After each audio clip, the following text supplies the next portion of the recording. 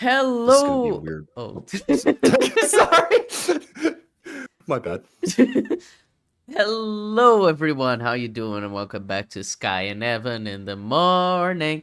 And today we're here to talk about Trainspotting and T2 Trainspotting. How you doing, Evan? Indeed. I am doing very well, Skye. Weird combo. Let me tell you something.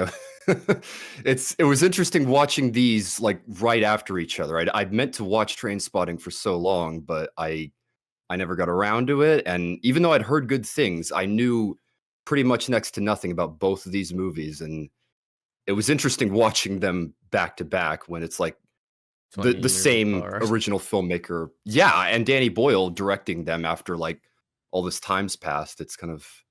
It's interesting to see You how can see how he's evolved as a different he is. filmmaker, honestly. And it's like, because like Yeah, the original has kind of like a raw, gritty nature to it, and the new one kind of has a like more polished, like modern there's filmmaking vibe to it. It's the interesting.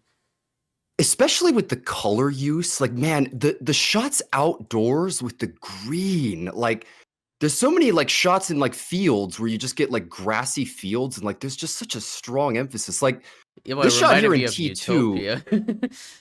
yeah, it really does. It's got like I don't know what it is about like the color of that, but there's something that seems like almost surreal about how sharp the color is and how like again like the grass itself like it's like it seems so insanely green and like then there's such like blue contrast especially with night. Like I love the club scene with when Franco catches oh god how about what is the main character's name? Renton. What do they call him? Renton. Yeah, Rent Mark Boy. Yeah. Renton. Yeah. When he finds Renton in the bathroom, that was one of my favorite shots It in was a T2. Oh fucking my god. phenomenal Uh, shot because you it's so great because you can see the two of them realizing slowly, and Renton is just like cowering, like, "Oh shit, I need to get out of here." It's honestly so don't good. know if that was it probably was filmed separately. I genuinely don't know though, but one way or another, like how I they assume so. sync is so perfect. They're Yeah. just like what they like slowly start Yeah, realizing they're like, slowly wait a like minute. backing away. They're like, hold on, like that argument. I know it. Yeah, like I Yeah, recognize that cunt. It's great. Uh, yeah.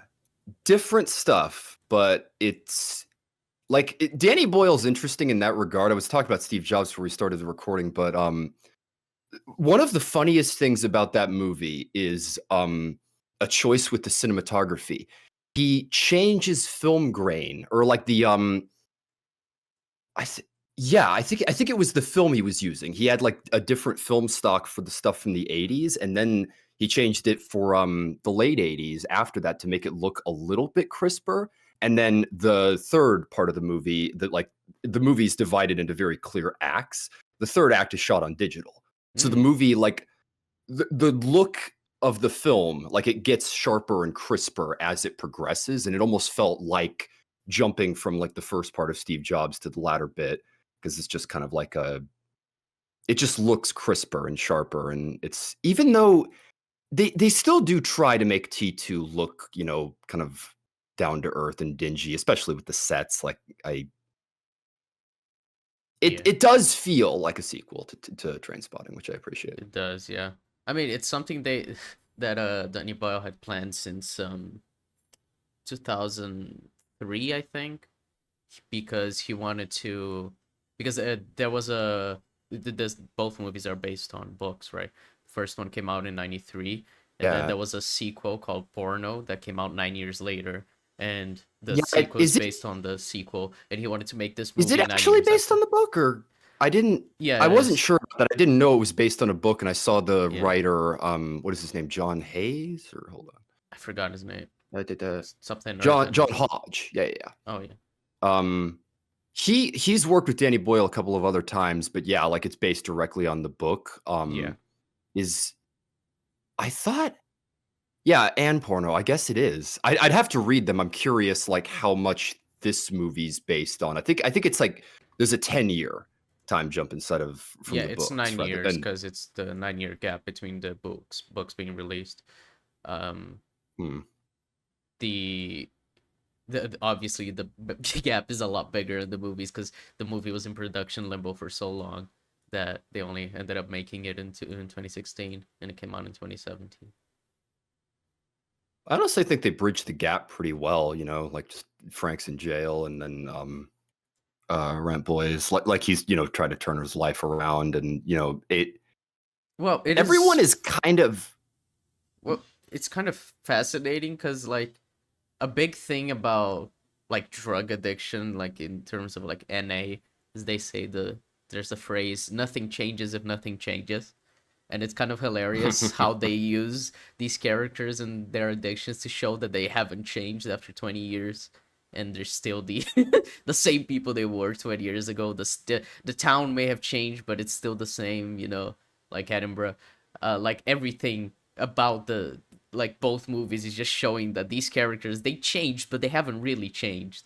So much so that even though he's 20 years sober, Renton, he does take heroin in the sequel. Right after Yeah, they mourn the was it Tommy? Tommy is that?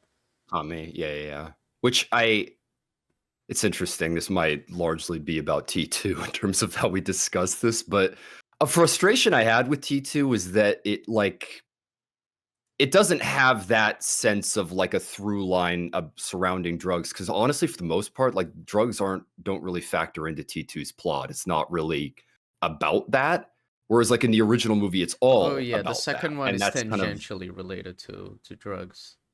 Because like yeah. I feel like the point of T2 is to be like showing how someone who was an addict wants to relive their youth because they didn't get a chance to experience it properly while they were going through it because they were addicted to drugs, which is kind of the metaphor of train spotting, watching trains go by as you can't like be a part of it. Yeah.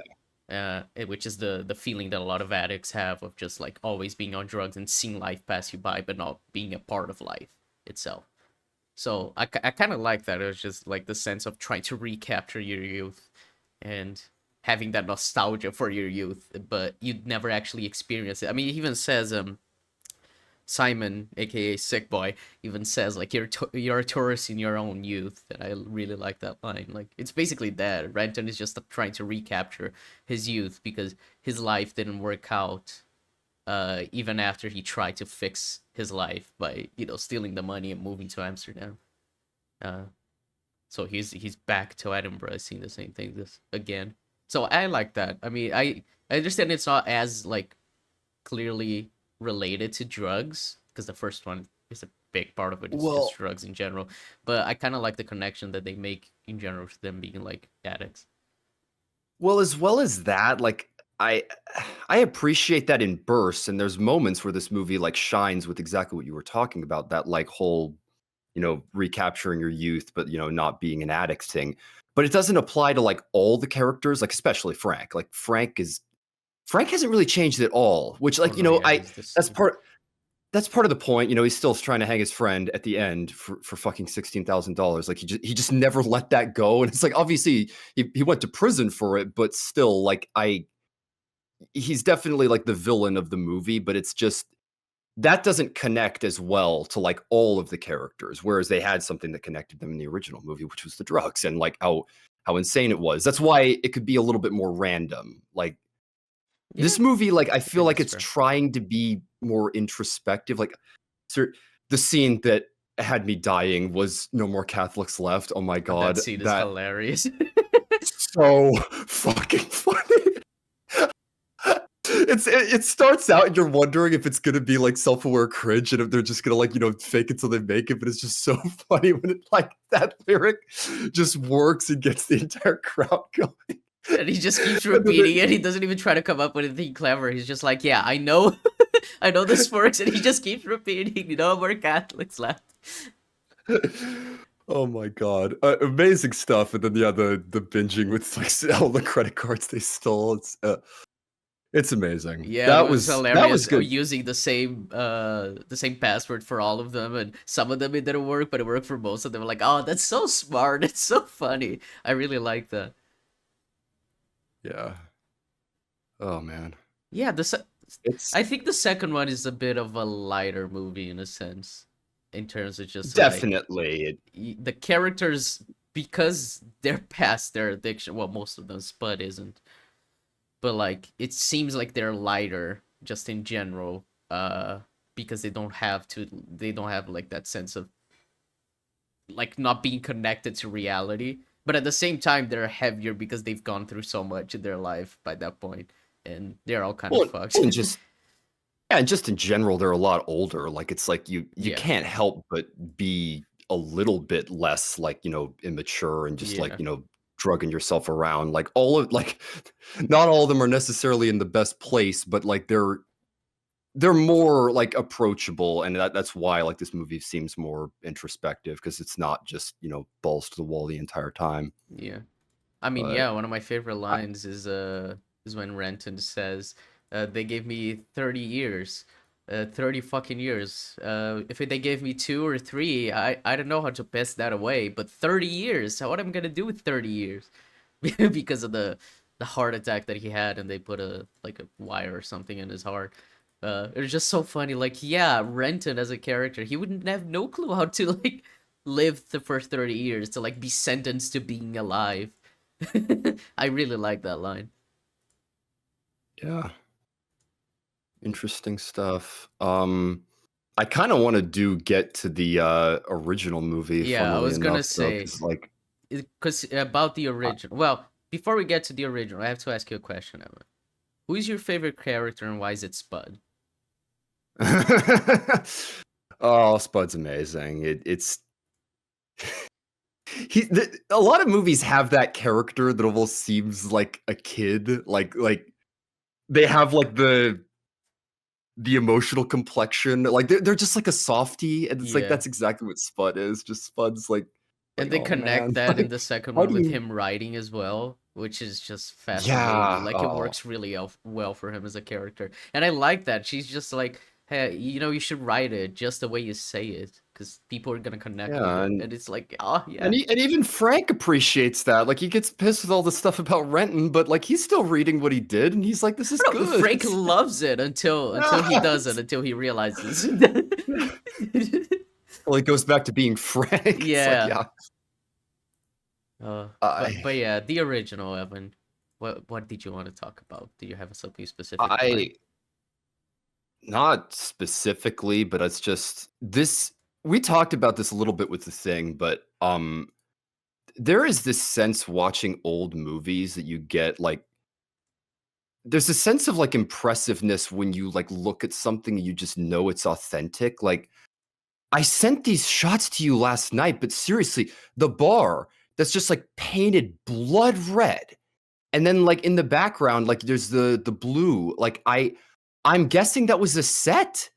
Unless that's like a real location. Like if so, they lit that place like insanity, but it just seeing something like this, this was done for real. This was like a real effect, and Mm-hmm. there's a sense of that throughout the entire movie with all the insane things that they do, like diving in the toilet. Like Oh, the diving in the that's toilet just scene is amazing. It's one of the grossest things I've ever seen, but it is so good. yeah. Oh my god, that joke as well, like the worst toilet Toilet in in Scotland. Scotland. They have some fun with the subtitles. It's great, but oh, dude, they really they were not kidding when they depicted that. Oh, but wild. Like they must have had some sort of like toilet ramp thing, like that. Maybe they built this like on an elevated set, and then like the underwater shots. Just it's insane how they connected, and it's to kind of give you that sense of like achievement when you're high. Like Well, yeah, it's that kind of there's thing. this sense of The movie's insane, but in like a very realistic way, because it's trying to show the idea of what it is to be high, like the experience of being high. And a lot of the time, like when he sinks into the ground or the carpet, when oh, he that was overdoses. one of my favorite effects. I Yeah, loved that. Like just the little red patches of carpet on the side. It's just the tiniest little trick of the camera to yeah. make it like seem that little bit more surreal. But Yeah, yeah, it's the kind of that thing where like that's how, because people who've taken heroin say that like that feeling of like sinking is so it's just very common. Like it happens all the time when you take heroin, and it's just like a way to depict it is like literally sinking into the ground as you're overdosing. That was really cool. Yeah, they do a lot of some of the classic tricks with depicting highness, and one of the classics. I mean, they even use it for the end credits in the second movie, but it's the room like going distant, like there being more of like oh god, Renton's room. Yeah, the It's room just keeps going, and then it looks like a train. It's cool. yep. They do so much though, and it's a very visually impressive movie with how it uses color, but Hmm. even more than, because I swear one of the shots that stood out to me actually, and it's not even that big, but there's the shot of the apartment buildings where you see a plane pass by. And when I was sitting there, I was realizing they must have done that for real. That plane probably wasn't CGI because this was 1996. Like it wouldn't have looked as good. Hmm. So they went out of their way to like wait for that plane to come by. Maybe they knew that it would pass between the buildings, but it's just impressive watching that. Like it's again back in the days where you couldn't fake stuff, and you just know what you're watching is authentic. Yeah, it does give that little sense of like, man, they really achieved this. It's fascinating. Like they had to build the sets to like have the ground sinking into it and everything. Like I do fuck, I forgot what I was gonna say. Oh yeah, I find the story like really fascinating because I've read a few reviews where people are like, this is what Euphoria wanted to be, and in a sense it kind of is. Because it kind Yeah. of feels like it's the point of like these this group of people who make each other worse by being friends, and they have this attachment Well, to each other, but they're not really friends, but they are, like they're friends because they ought to be, but not because they like actually like each other, and they're like they make each other worse. And that's why at the end of the movie he steals the money and leaves, because like they were never really friends except for Spud, who actually never hurt anyone. He he actually gives feels bad he for gives him. him the money. Yeah. That was because again, I sent that to you last night, Skye. Like I, I was like, that was a really good ending. But again, the kind of the point of the movie is exactly what you just described. It's that these people are bad for each other. They're only like the thing that connects them is the drugs, and they're not really good for each other. Mm-hmm. So like you're supposed to see that from like taking the drug money as like he'll find a new life and he's better off without them basically. And Yeah. that's what it was. That's what's kind of intrinsically weird about T2 train spotting. It's just it seems almost antithetical to the theme of the original movie, and it I don't think it ever really justifies like bringing the characters together. Like even though like Renton is like active in that, like he's seeking them out, and obviously goes to Spud first, but like there is something to be said for the original movie having a very clear theme with like Mm. heroin addiction and like that connecting all the characters, and like the end note that they leave the movie on and what you're supposed to take away from that. It's just it's an unnecessary sequel, straight up. In Oh spite yeah. of I think the it's a quality. really good sequel. I just it is unnecessary, but I think it's part of the point that it's unnecessary. Like I was saying, it's like it's a sequel about Mm, characters chasing their youth. And so like the point is that they're trying to chase that part of themselves back, but obviously they don't need it in their lives. They don't need um to be to have this these friendships back when they were never really like proper friends. Um so I think it works in the movie's favor, but I understand that it's very unnecessary. I can see both arguments. Like I don't think the movie needed to exist, but it existing I think works well, and it justifies in itself why it exists. Like in a sense of like pointlessness, I guess.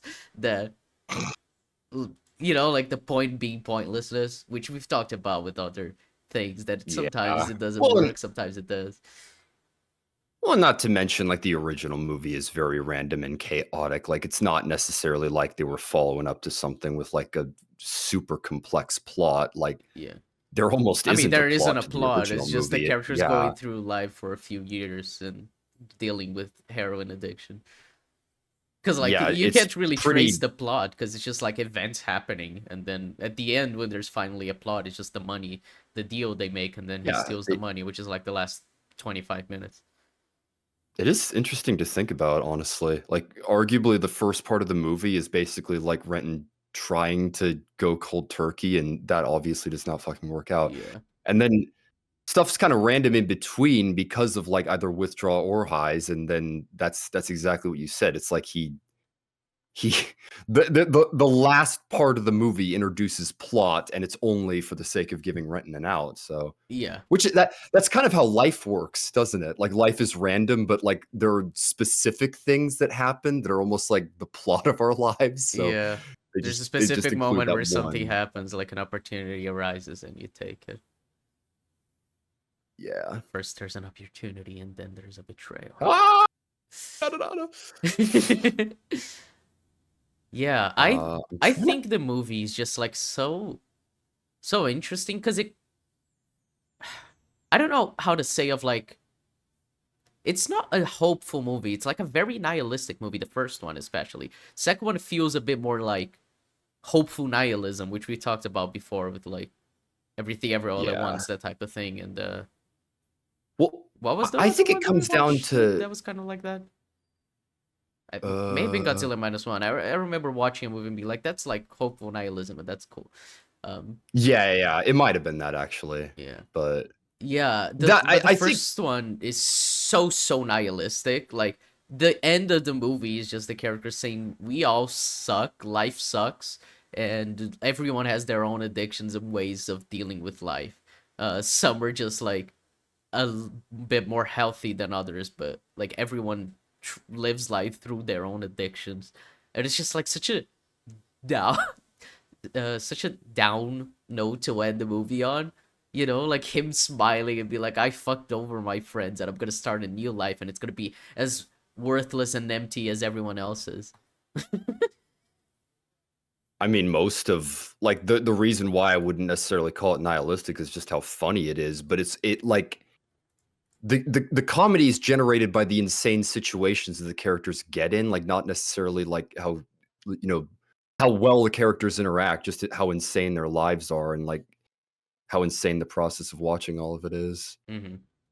So Yeah. it's because let me tell you, this is entertaining. Like, when we say Oh yeah. nihilistic, like, this is the first 10 minutes, I was just blown away. It's insane. Like, pretty much everything to the to like the pellet gun scene, like, they just keep going and going and going and going. Like, I was caught off guard when I realized there was 10 minutes left of the movie, because I was like, damn, it doesn't feel like it.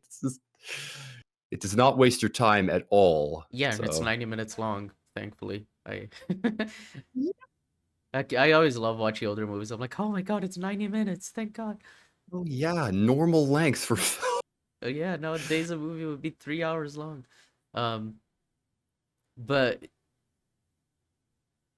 it's hard to think of what to say because it is such a wild movie. Um, trying to think of a specific, like, scene, and hilariously, not necessarily any of them are popping out. Like, it really is like the macro experience, this one, because yeah, it's because like well, when you watch it, the experience of watching it is like what makes it. It's not just like, oh, it's a well-written story on its own or something like that. It is much more of just like the experience of what the movie's doing for you. This experience yeah. of like experiencing what these people who are on drugs are living through, and trying to understand that a little bit. Because of course most people won't have been addicted to drugs, so when they're watching it, it's just like trying to understand that experience, but not really, having lived through it, not really relating to it. Because it's like this is going to be a really relatable movie to people. Uh, Yeah. Well, and apparently the author of the book, like, he was a he was heroin addicted addict to for 18 heroin, months, yeah. apparently. So, yeah, I'm and it when you're watching this movie, there's some screenplays that are like that where you're just like, this is quasi autobiographical, I isn't always it? This is think just that like, when I watch Mike Flanagan's stuff, there's a lot of times like when he talks about alcoholism yeah, or religion, like I'm like, yeah, you're yeah. writing this He's from like the experience. he usually like inserts characters that like have studied like a bunch of different religions and know Yeah, like about different like scriptures, and it's like that's because he's done that personally. Like he yeah, likes injecting characters like that. So yeah, yeah, I mean, exactly. all writers do that. All writers like draw from their own experiences, Hmm. but it's just this movie. There's a sense of like authenticity to it all, where you're like, yeah, this is from firsthand experience. Yeah. I mean, yeah, so much so that it's not like a Hollywood movie. It's like set in Edinburgh. It's fucking a bunch of Scottish people. Like it feels like a very specific type of story that actually happened to someone, and they're just kind of sharing their experience. Yeah, we were touching on it, but like one scene to cling to is the sinking into the carpet. So like this is like a good example of like two scenes basically contrasting, because you have the high and then he gets taxied to the hospital, and then after that his parents literally lock him in his room, and you get like The best withdrawal scene in the coming right movie, off of that that. fucking withdrawal Yeah. scene is amazing. He's him Oh, hallucinating the baby, it's the creepy the ass baby. baby, and then his friends all show up in the Let me room. tell you something. I had heard about the crawling baby. I did not realize that it went exorcist head. And seriously, the dead baby, I was like, dude, That I'm was, stunned they got away with showing that. That was yeah, pretty fucking grotesque. I'm like, dude, I I don't know if they had to fight for like an R rating rather than NC-17, but I figured that alone would be enough to push them there. But like and they treat it well. It's just dark. It's like it's unambiguously like the darkest part of this movie, yeah. like showing that baby dead and when it comes back It in might his be one fucking of the like fever dream. scenes that hits the hardest because it is just like he just says like, "Oh, we realized she was screaming. She may have been screaming for a week. We wouldn't have known." Just Yeah. him explaining how insanely high they were all the time, and her screaming, man, it's so visceral, so raw. You're like, it feels real. It feels like she actually did lose a child. And the first thing they do is just Yeah. like, I'm gonna take a hit, and he takes a hit and gives one to her as well. Like she even asks for it. So like you don't even know what to do at that point. Like your child died because you're addicted. What else can you do but like numb the pain through your own addiction, the thing that caused that death? It is such a fucking dark and powerful scene. I That scene was like really caught me. Like I was really like Yeah. just I don't even know how to explain the feeling I was feeling. It was just like it's a hard scene to watch. Very hard scene. There's always that happens a lot in movies. There's sometimes like a sobering moment where like it stops being fun because of like something big that happens, and that was definitely like one of the key moments in this movie. Yeah, Better Call So Saul has that a lot where it's just like, you have that time where you realize that the scheming from Jimmy is actually not fun anymore. That it's actually hurting people. You have those moments with the Mhm. with the old ladies that he screws over and everything. And this is kind of how it feels like. It's that scene where you realize, and it is kind of necessary because a lot of people say that this movie kind of made heroin look fun, but that's kind of the thing. It is fun at first. Every addiction is fun at first, that being addicted to Yeah. drugs. You Well, always feel good at first, but then it ruins your life, and that yeah, is the Pulp moment where Pulp you realize Fiction it ruins your life. Pulp Fiction did the exact same thing with heroin, actually, and like it's fun. Like you're like, what you want, like drugs to like look exciting in movies, and it's like they kind of should, because it is exciting taking drugs, but then you coming down from that high is kind of the point. They do that with the OD instead of Pulp Fiction, and obviously he's like driving a fucking car when he's high, and it's like there's a sense of like euphoria you want to depict with it, but like Hmm. having those sobering moments or showing the effects of not taking drugs, which is what they do in the first Yeah, movie. because if It's you kind want of to show it in a way that's accurate, you need to portray it as it is, which is firstly the euphoria, and then you get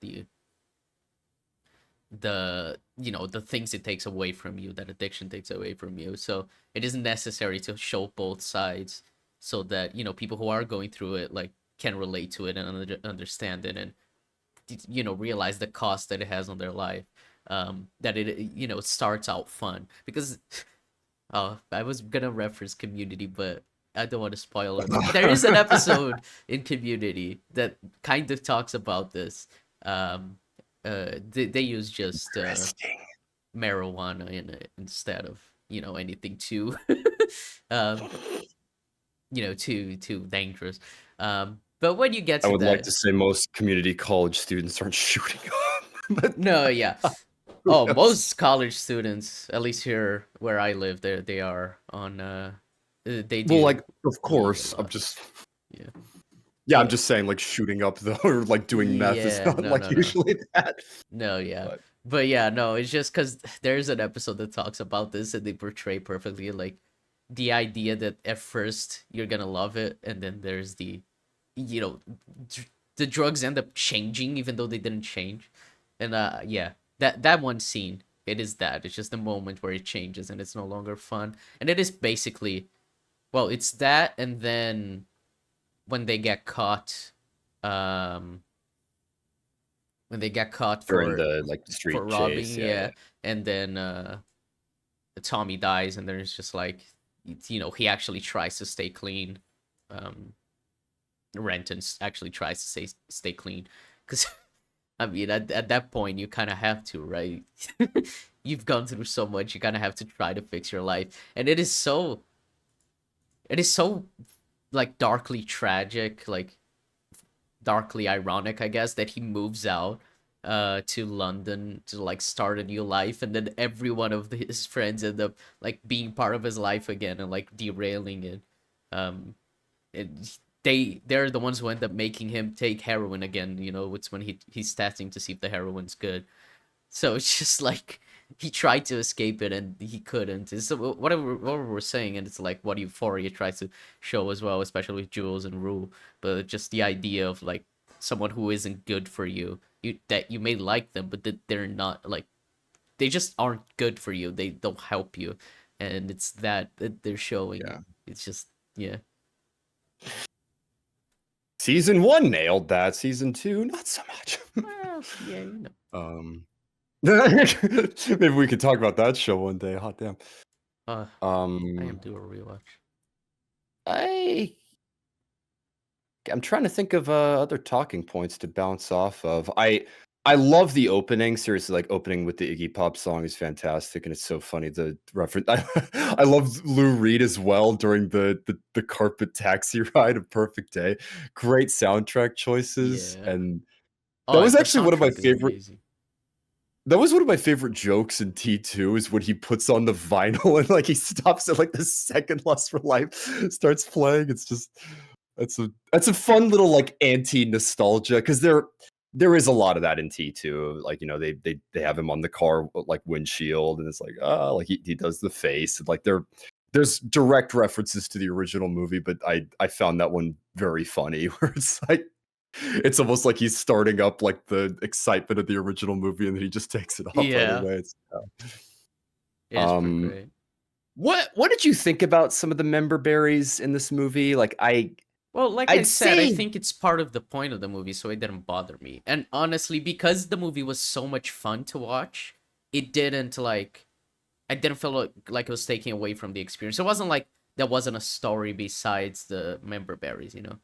But because like a yeah. big part of the point is that the characters are trying to recapture their youth, seeing a lot of the member berries to the movie that was, their youth, makes sense to me. So it didn't bother me. I found it fun. Yeah, like when they go to the field, I'm not even sure exactly where that was in the original movie, but there's that area with like the little bridge. It's a very Yeah, picturesque location. Like they go back to it, and I think it was like to basically remember Tommy, yeah, it was. which I liked that kind of a thing, and I appreciated it. And honestly, there aren't that many. It's not like they're referencing the movie left and right. I did find it funny when they included like direct shots or like I was saying with the car. It's just one of those like I don't know. And this movie had more to offer than just that, for sure. It's Yeah. not a huge blemish. I just did think maybe one too many times. They just kept referencing it, and I'm like, ugh, make your own film, mate. I don't know. I like that. Mm. Like when he's mild in the car, like when fell from the car, it's like, oh, he's gonna do it, isn't he? And I kind of like it. It's like it's showing that he's kind of enjoying this adrenaline, even though it's like his life is being put at risk. Because this kid is insane, and he's still like that immature kid that he was 20 years ago. By the way, like that, they never did address it, but that cut, man, like he slid his arm to hell. Like I don't know if he Yeah, went to the it hospital. looked Like deeper I at first than the movie made it out to be. this Maybe there was yeah, like a cut scene or something. look at the shot. Hold on a second. It feels like a really deep cut at first, but I guess it wasn't. Hold on. Look at this shit. That's bad. That's like potentially down to the bone. Like maybe I don't think Maybe that's he wasn't just high, right? Like that was um before they took no, heroin, I that was think. after. That was after they took heroin. What? Yeah, because You're right, it he was at was. the club because of heroin. Yeah, and Remember? that's why I went to the bathroom. Yeah. May So I yeah, I was gonna say maybe it's just not supposed to be like literal. It's supposed to be like yeah. the way he imagines it because of heroin. Fair enough if so. It's just when I saw that I'm like, dude, I was wondering if he'd like start bleeding out during the chase, but like Yeah. that didn't Well, it was happen. the same So thing as Bagby, Frank being like stabbed in the liver. It was like, wait, he's gonna take the thing off him and be fine for the rest of the movie, and he was. I thought at some point he would like start bleeding out or something, but no, he just left the hospital. yeah, and I did also think it was weird that no one was really like seemingly looking for Frank. Maybe like they wouldn't put the biggest manhunt out for the guy, but like he still did escape from prison, and it was interesting just how like fast and loose he is with like hanging around town and like hanging around his wife and his kid. Like, cause I liked that material. Like it was pretty good stuff. It's just there was that in the back of my head where I'm like, dude, the Yeah, cops would be they would scoping this be place. all Like the over that place. Yeah. yeah, I Though good character to be material, just a little fair, weird. most of the stuff we see from that is after the chase would have died down because we have like a pretty like I don't know month time jump, like a few weeks, I don't know. Like we have a time jump when they start working at with the brothel and everything, and he was laying low, and then he talks to Simon. So I think most of what we see would be after the like chase would have like died down, and so I guess he just laid low somewhere else. Yeah. But yeah, I really like the stuff with him and his kid. It was very interesting, and I appreciate him be like realizing that you know what he does isn't good, and his kid is better off without him, and that you're gonna be better off than me and my dad. I was like, yeah, man, that's pretty cool. I like that. It's interesting that like, he kind of realized that about himself Yeah. because he also can't get it up in bed with his wife. So it's like he can't really like, be there for his wife. He can't be there for his son. And it's just like it's like he's frustrated. He just doesn't really know what to do. He doesn't know how to pick up the pieces and like and his family's doing well on their own. So Yeah. it's like he doesn't really have a place there. I Yeah, he doesn't really have a did like place in that, his own Frank. family, They and it's interesting because it shows a little bit of humanity for Frank, right? Because he's he's yeah, basically the villain of the movie, but it shows that he's not like just like pure evil. yeah. I I was wondering if they would kill Renton there at the end when they were hanging him. I I'm like, literally thought he Jesus, would have is that died. I literally thought he had died, but then Simon shows up. Thank God. yeah, it's amazing how they pull that together. But there was a moment there where I was like, man, maybe. It's just Yeah, yeah, Frank is pretty fucking unhinged throughout this movie, but you still have him talking with Spud and stuff like yeah, that. They still he does feel like a person. It's yeah, like they don't cartoon villain him. It's just like what I was talking about before, that sense of like him not moving on. He just like that's why he's the villain of this movie because of all the characters. He's the one who like clung on to what happened and won't let it go even after 20 years. So yeah. I mean, it's like it's $16,000 that could help you a lot. And to be fair, he would have only gotten 4,000 because it would have been divided by 3, so 4 by 4 Yeah. people. So even that, like, it's not Well, that much money, and it's easier to like forgive.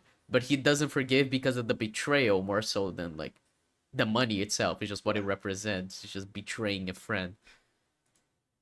and he went to jail for it as well. Well, So he yeah, would have gone to I jail anyway because he was being hunted because of the stuff he did in Edinburgh. So much so that he was hiding out in the um in Renton's apartment in the original. yeah. Like, I think the point was that like he, because he didn't have the money, there was like no point in him like trying to escape prison anyway. So that's why he kept destroying the room, and he was just like, "Fuck it, just arrest me." Like, there's nothing I can deal with now. Like, I'm fucked. So yeah, Hmm. he's an interesting character. I feel like he has a lot more character in the second film, because in the first one he is I just like unhinged guy who well, he's arguably all the characters do because again, it's just this movie's more yeah, introspective and like yeah. it really is trying to be like an exploration of the characters. And this is like that's kind of my general criticism that colors these movies because both of these movies are very random, insane, like very light on the plot. Like they're like experiential and character oriented movies, and I just think it works better in the original movie, given like you have that underlying theme of addiction and of like the characters that like the main characters around like not being good for him that like that kind of connects it all because like we were trying to like come up with something to say about like any one given scene or something like that, and it's like it's not really how the movie works. Like the entire movie is built around how insane everything moves on, and I I just am not sure that like what they did with the second movie quite works as well with like delving more into the characters and trying to slow the pacing down. It's longer than the original movie. It just there's something kind of off, even though all things considered, I'd say this is pretty damn good. Like real like for a movie to come out 20 years later, you were mentioning this when you recommended it. Like it is a legacy sequel, and it's funny how well it works Mhm. considering like how unique the original movie is. But Yeah. I just think what they were going for works just that little bit better in the original. Hmm. Yeah, I mean, I agree. I give the first movie a higher rating, but I still think both are great. I I feel like the first movie is so like experimental and just like it is not experimental, experiential. I don't know if that word exists, but like it is about the That's a word. experience you have. You know what I'm saying? Like the movie is about just the whole package. Is what we were talking about with Legion that Noah Hawley said. You know that it's an Oh experience yeah, driven show, and I feel like the first movie is an experience driven movie. Second one is just like let's explore the characters from that experience you had at first to try to understand them a little bit more. And I feel like they offer you different things within the like the same universe. And if you found the first movie's experience to be worthwhile, the second one maybe just gives you a little bit more to chew on in terms of like substance, in terms of like characters and story. Whereas the first one just gives you like I think a better movie overall, but one that has like it is like more chaotic and so therefore less like tightly constructed, and not in a bad way. It's just like it is so random and so many things happening, and like you don't really get to know these characters, you just get to know the circumstances they're in, which is kind of the point. I get it that yeah, the circumstances they're in dictated why they were addicted to heroin and everything like that. So like I think both movies achieve what they were going for well. I just think the first one is like a much more interesting experience when watching it. for sure. Um, yeah, but I still love them both. Yeah, I would recommend them both easily. Yeah. It's one of those things where I'm like, if I were to criticize this like T2 Train Spotting, I would just say like it's just that notch like below the original movie. But again, it's how unique that movie is. Like Uh-huh. you can't really recreate it. They couldn't do the same thing, and they did something different. And it just makes for a different kind of movie Yeah. from like a director coming back to the same story after 20 Well, years. It's I still I think it's important that it's different because we were talking about last week the thing where the yeah. prequel is Like literally like it's the same story, but 30 years later. There's no point to that movie, and it's the same story told worse. If you're coming back, you shouldn't like tell the same story. It's why like The Force Awakens annoys me so much. Like you should tell something new. Like The Phantom Menace is bad, but it's not telling the same story as A New Hope, you know what I mean? Like it has more value to it. And so they if you're coming back, you should just like actually try to say something different, do something different. And I appreciate that Danny Boyle came back and was like, let's use these same characters to tell a different story. One about nostalgia, one about trying to recapture your youth and the long term effects of addiction. Instead of just trying to retell the same story of like these people are addicted and they're bad for each other. Like it has something different and more to that.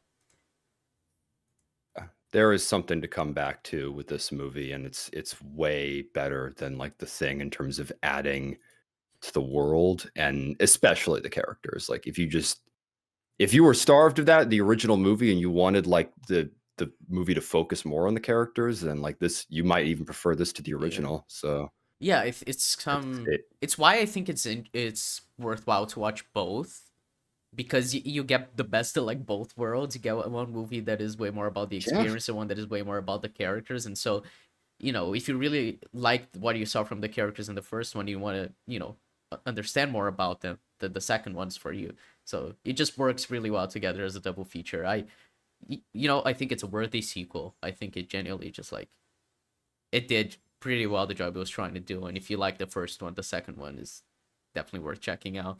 It's not like a cash grabby because you can't even be a cash grabby. It's legacy sequel to Trainspotting. It's such a niche film, like No. it's an indie Scottish film made by Channel By 4. It's hilarious. by the way, that was another thing that was insane is looking at the budget because this was 2017. $18 million, which is insane given how good T2 looks. Yeah, But and then the box office it was like 42 40. million. Yeah, And yeah, and that is a box office it success. is. It's Yeah, like that's not a bomb. It's just so funny that it's just like every movie is worth at least fucking $80 million nowadays. It's like, Jesus Christ. It's like, it's so refreshing looking back. You're like, oh yeah, movies that are like technically still kind of indie movies just made by competent directors, and it turned a profit. Like I don't think you could make a movie like this nowadays. In fact, it'll be really interesting seeing how well 28 years later does. We'll see about that. I'm curious because Boyle's coming back and he didn't do 28 weeks later, so you never know. I've actually never seen 28 days later. So Ooh, it's an interesting one. It's like, I've do you know about the whole camera thing? no. They shot on this piece of shit quality. Like it was like we're seriously talking like iPhone level. When you watch it, like I have it on Blu-ray, and there's no point. It like looks bad on purpose, and the reason why is there's a scene where Cillian Murphy's character is walking through London, and it's basically deserted. Like there's like no one around, and they shot that for real. They had to shut down like certain areas of London, like they shut down the roads and they shut at a very specific time in the morning when they could get away with shutting that down to shoot it. And they had to make the most of their time. Uh But huh. that was why they shot on that camera. It was so that they could shoot it and they wouldn't have to deal with all the lighting and making it look good. So it's like it almost is like Dogma films, like Mm. with how with just how grounded and like grainy the entire experience is. It's like it's an interesting movie, but it, I'm I'm wondering how well it's gonna be turning it around and what they'll do Well, if because I imagine it will have like a bigger budget and it'll be a bit more of a like a blockbuster. So we'll see. yeah, Well, well, but well. So, folks, that was Trainspotting and T2 Trainspotting. We recommend both. Thumbs up.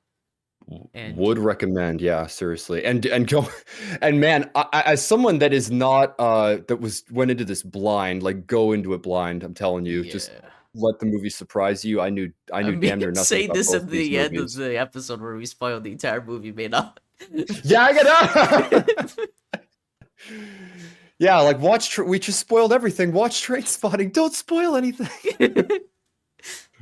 We Oh probably said man. that at the beginning, but it's fine. All right. Well, Evan, what is your recommendation for this week?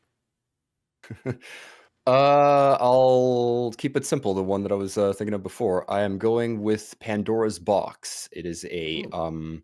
silent movie from the 20s. Just bought on Criterion Blu-ray. I've been meaning to check it out forever. And the watching Nosferatu, like we didn't have a hell of a lot to say about that movie because it was pretty simplistic. For all I know, Pandora's Box will be similar, though I think it gets a little more like appreciation in terms of like, filmmaking and like thematic interpretation. But I I've been curious to check out some like properly old, like classic, movies from like the 20s and 30s ever since I saw Nosferatu and got back into those. So that is my pick, Pandora's Box. All right, Pandora's Box then.